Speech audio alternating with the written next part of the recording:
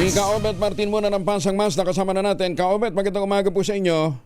Ay, isang magandang umaga po sa DCRH sa ating mga nakikinig sa radyo tanood po, kaibigang Angel. Good morning. May mga ano ba kayo, member ho ba kayo na apektuhan nung hindi tigil pasada, nung bigla ang magkaroon ho ng rally ang kapatiran? Marami, kaibigang Angel, sapagkat yung ginawang ano na yan, ng INC, ito isang biglaan.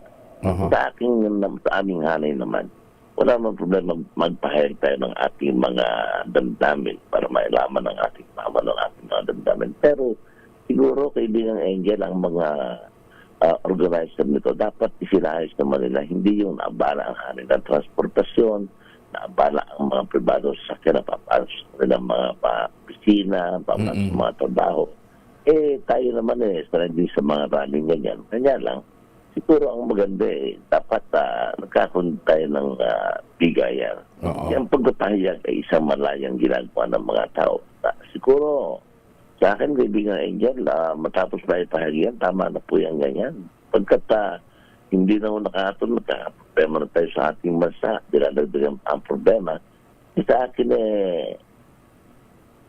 dapat po siguro yung mga organizer, ayos na ang kanilang hanay. At binigyan naman ng puwang ang mga hanay ng transportasyon, ang mga patunay na sakyan, na dumadaan po dyan sa EDSA, dumadaan po dito sa Diwasang Bonifacio, nagdulot po ng traffic, nagdulot ng problema sa ating mga nagpaghanap po. Pero hanggang alas 8 na lang daw ng gabi, ma'am, yan gabi. Kaobet.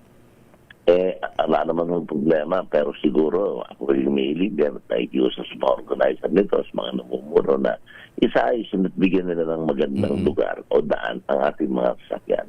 Pa naman po hindi mag-cause ito ng traffic sapagkat kaibigang Angel, marami rin gusto maghanap buhay. Hindi naman lahat tayo kailangan pag-gising ng umaga, naghanap din tayo na ating kabubuhay.